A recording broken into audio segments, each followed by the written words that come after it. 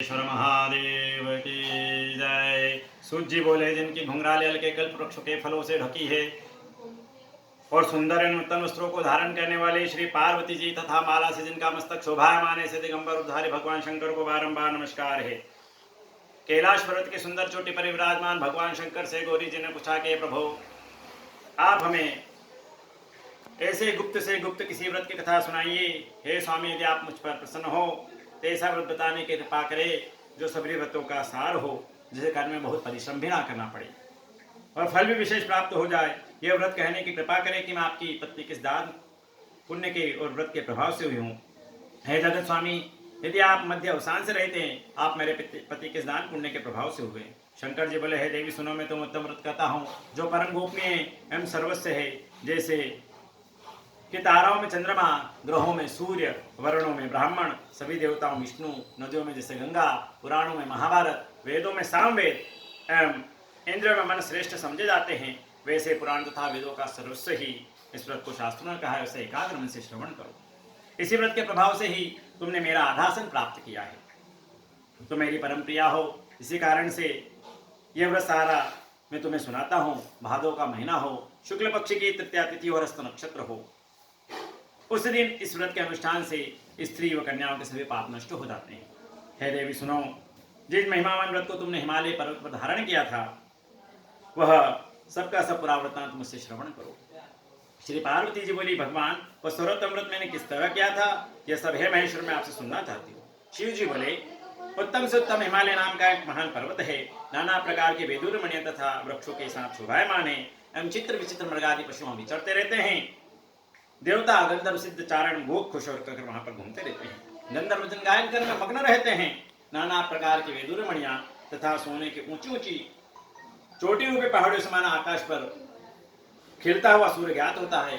उसका आकाश स्पर्श इस तरह का है जैसे कोई अपने मित्र के मन को छू रहा हो। वह बर्फ से सदा ढका रहता है, गंगा नदी के ध्वनि से सदा ध्वनित रहता है।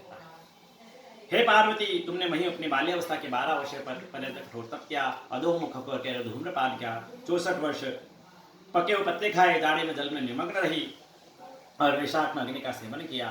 सावन में अन्नपान का त्याग कर एकदम बाहर मैदान में आकर तप किया। एक दिन तुम्हारे पितामह आए, तुम्हें इस प्रकार के कष्टों में देखकर चिंता में व्याकुल हो गए। उन्होंने विचार किया कि यह कन्या किसको दी जाए।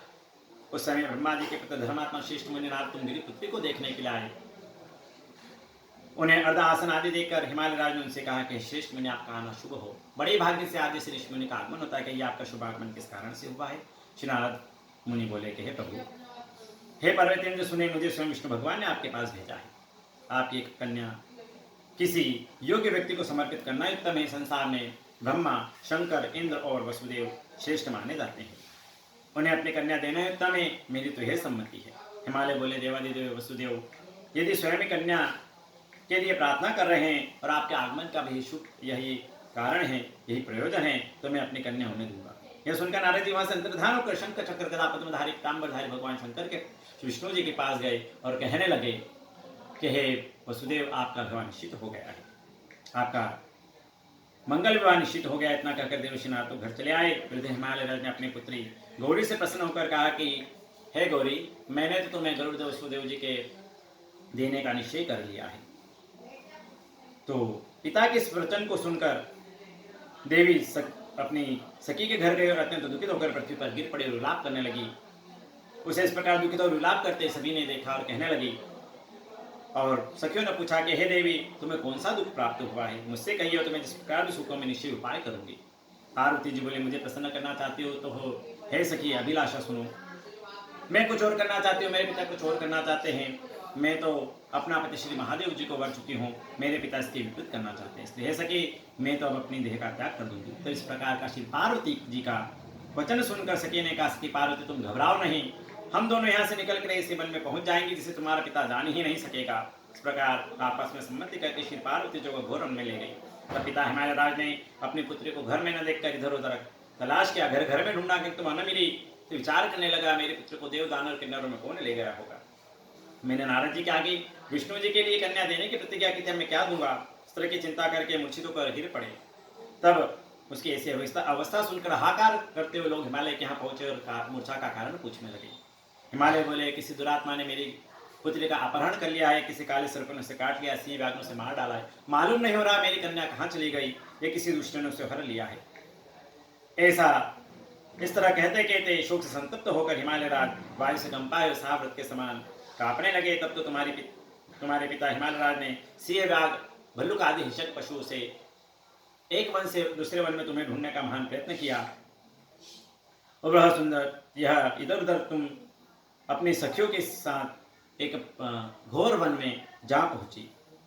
वहां सुंदर नदी बह रही थी, उसे तट पर बड़ी गुफा थी, उसे तुमने देखा, अपनी सखियों के साथ तुम उस गुफा में प्रवेश किया।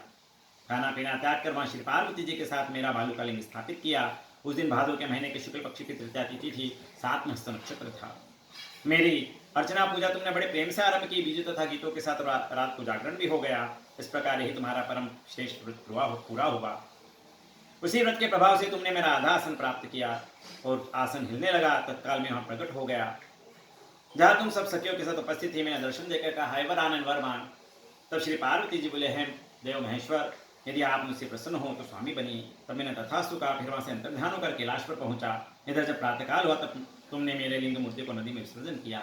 अपनी सखियों के साथ वन से प्राप्त कंदमूल आदि से तुमने पारायण किया है। सुंदर इसी स्थान पर सखियों के साथ तुम सो गई। हिमालय राज तुम्हारे पिता भी इस घोर वन में आ पहुंचे।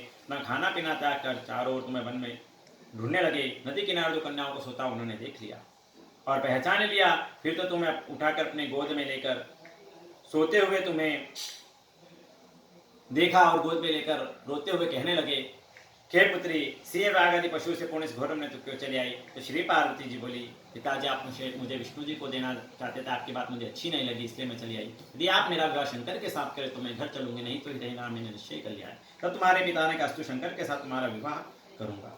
और तुम्हारे पिता ने भी मुझे, उसके बाद तुम घर पर आए और तुम्हारे पिता ने भी विवाह विधि से मुझको समर्पित कर दिया। हे पार्वती, इसी व्रत का प्रभाव है जिससे तुम्हारे सौभाग्य की वृद्धि हुई।